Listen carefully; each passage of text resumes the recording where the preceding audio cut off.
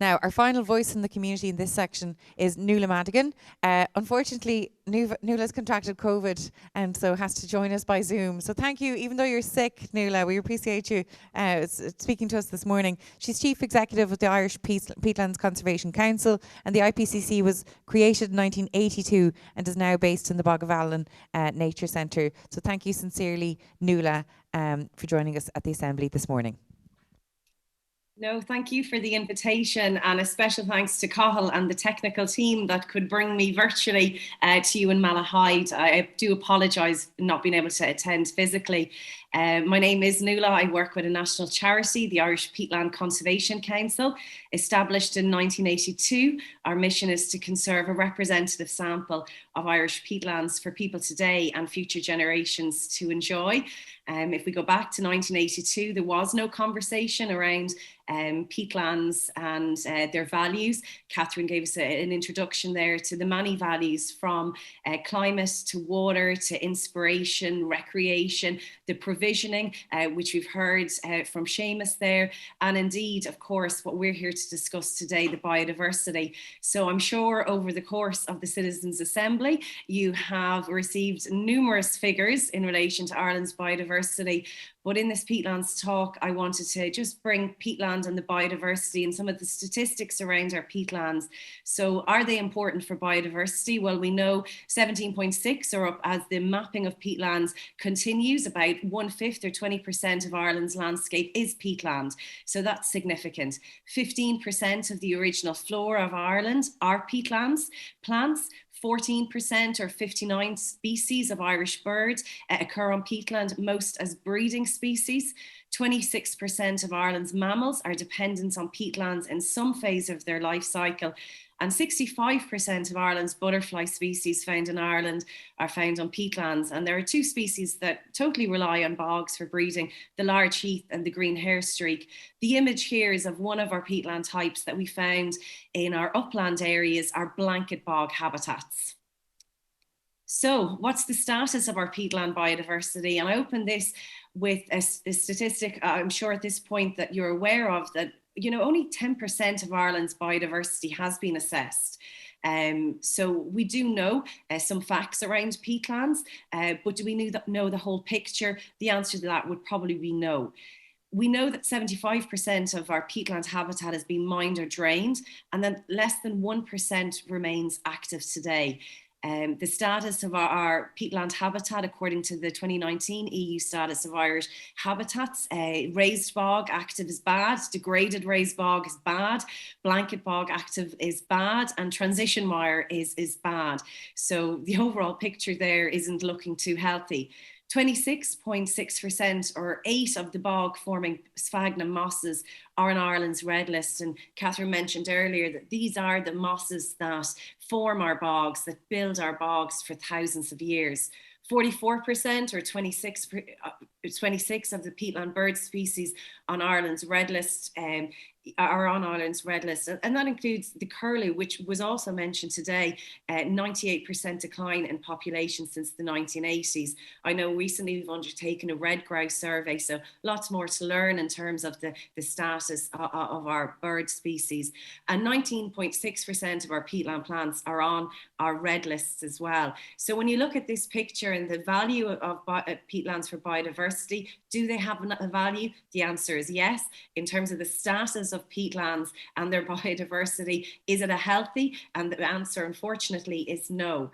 But what does that mean for peatlands? Is it too late to halt peatland biodiversity loss?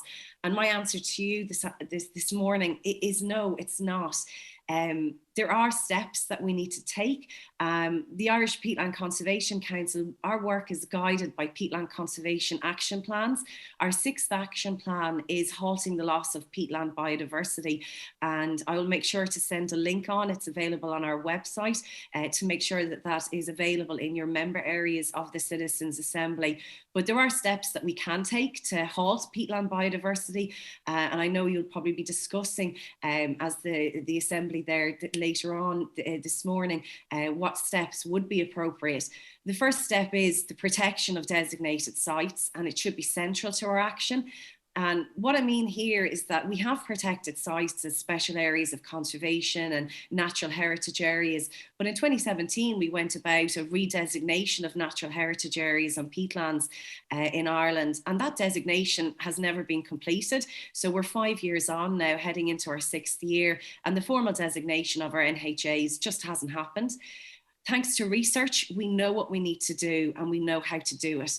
And that is restoration and rehabilitation. Over the past 40 years, the volume of research into peatlands has allowed us to now understand the diversity of the ecosystem services they offer us all, and the research into how we can best manage those. We now understand the restoration and rehabilitation techniques that we can implement.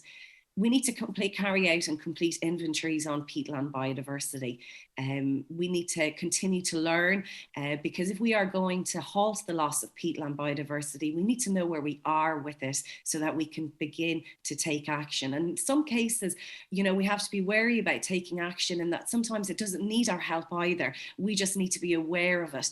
But in terms of peatlands, there's definitely species that do need our support and our help today. We need to encourage landowners and peatland custodians to engage in active protection of peatland biodiversity through an adequately funded national scheme. 69% of our peatlands in Ireland is in private ownership. Any transition from, as we heard from Seamus, the transition from the use of peat in our homes in Ireland, the families, the peatland custodians, the landowners, whatever term we use to describe them, they have to be supported. They have to be adequately funded to do that scheme. And I heard Mary say that sometimes money isn't the right way to go about just throwing money at a problem, but it is definitely a start. We heard how Seamus said, and we all know from many of our homes, the traditional means that we use to heat our homes in this country, and a retrofit scheme is definitely required for many of our older homes. We need to raise awareness and provide education materials of the services peatlands offer and their importance for halting the loss of peatland biodiversity. That goes across our generations in our communities. So one gap we see is within the post-primary. There is no curriculum linked course or program that students in our post-primary education system can learn about within our farming, in our green certs. The knowledge in terms of the importance of biodiversity in peatlands and halting the loss of peatland biodiversity should be discussed and brought in to the settings there as well. And I know you've heard about policy and plans, and again, I'm not going to be the first one to say it, but we do need to integrate peatland biodiversity into all government departments and development plans.